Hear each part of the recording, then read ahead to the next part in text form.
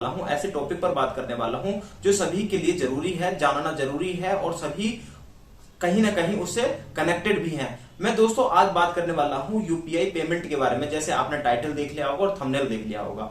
UPI पे आपको एक अभी नोटिफिकेशन मिला होगा, जैसे 1 अप्रैल से फाइनेंशियल ईयर शुरू हुआ है 23-24। तो उसमें जो भी इफेक्टिव चीज होती है, जो भी सरकार परिवर्तन करती है, वो हमारा 1 अप्रैल से लागू हो जाती है। तो उसी लागू में आपने हाल फिलहाल में पढ़ा होगा, यह बहुत सारी न्यूज में भी दे रखा है कि जो उसमें फोन पे है, पेटीएम है, यूपीआई है, यूपीआई के थ्रू आपको जो भी पेमेंट करेंगे उस पे 1.1 का सरचार्ज आपको देना पड़ेगा।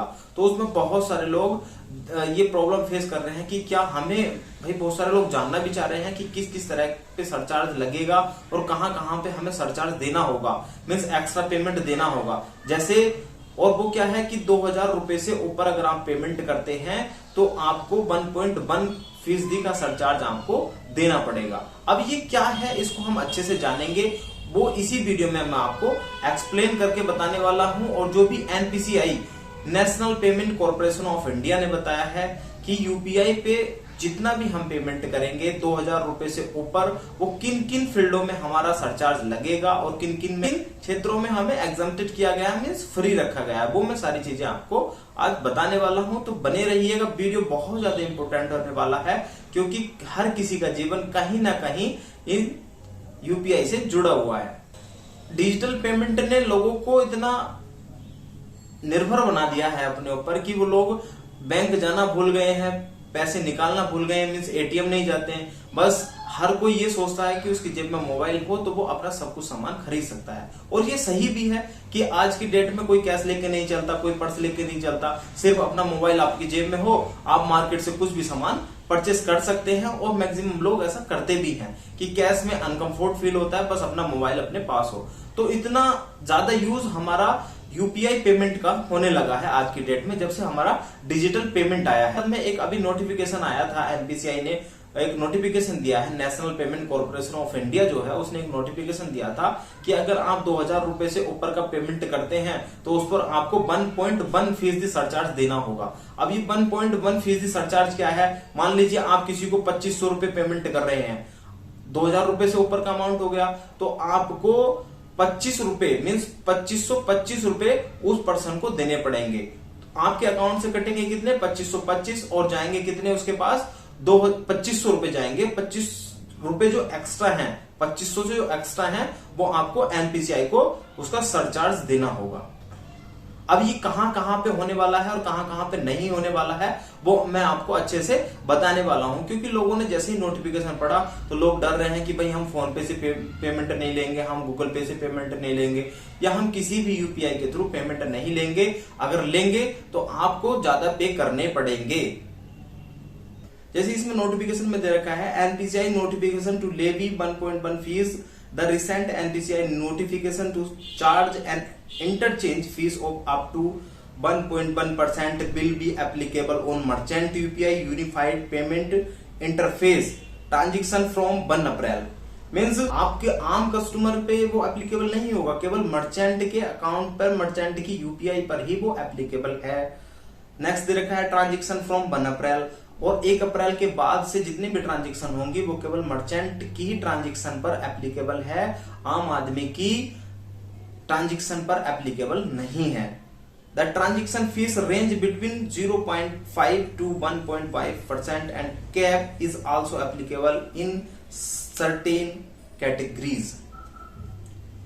मीन्स इसमें क्या दे रखा है कि जो सरचार्ज है वो 0.5 से 1.1% तक आपको सरचार्ज देना होगा इस कैटेगरी के बीच में। मीन्स जैसे जैसे आपकी कैटेगरी चेंज होती चली जाएगी, जैसा आपका ऑयल का कैटेगरी है तो ऑयल में 0.5 आपको देना पड़ेगा सरचार्ज। जैसे आपको सुपरमार्केट है तो 0.9 सरचार्ज देना पड़ेगा। और जैसे जैसे आप किसी दुकानदार को 2000 रुपए से ऊपर का पेमेंट वॉलेट के थ्रू कर रहे हैं, तब दुकानदार को देना पड़ेगा।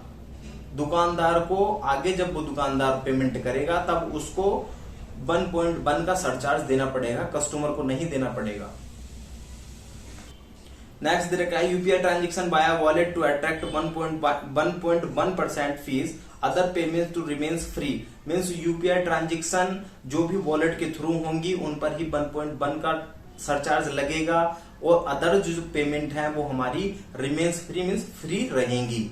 नेक्स्ट दे रखा है currently the most preferred method of UPI transaction. जो यूपीआई ट्रांजेक्शन का करंटली मेथड है, जो करंटली प्रीफर्ड मेथड है, जो जिसको लोग ज्यादा पसंद करते हैं, is linking the bank account, और बैंक अकाउंट से लिंक्ड है। मीन्स आपका जो यूपीआई है वो बैंक अकाउंट से लिंक्ड है। In any UPI enabled for such making payments, और आप उससे पेमेंट कोई करते हैं, आप उस यूपीआई से किसी को पेमेंट करते हैं, such transaction shall remain free.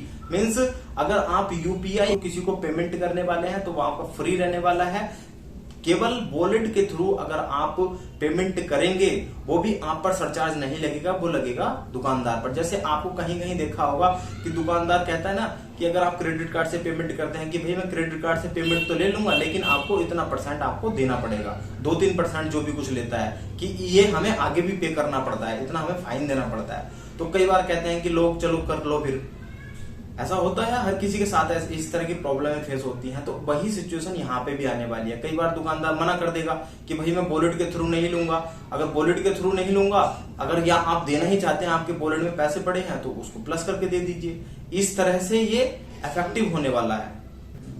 एमिड growing was around levy of 1.1% transaction charges on UPI payments from April 1st. The National Payment Corporation of India on Wednesday clarified that there was no plan to levy any charges for the bank account to bank account based on UPI payments or normal payments.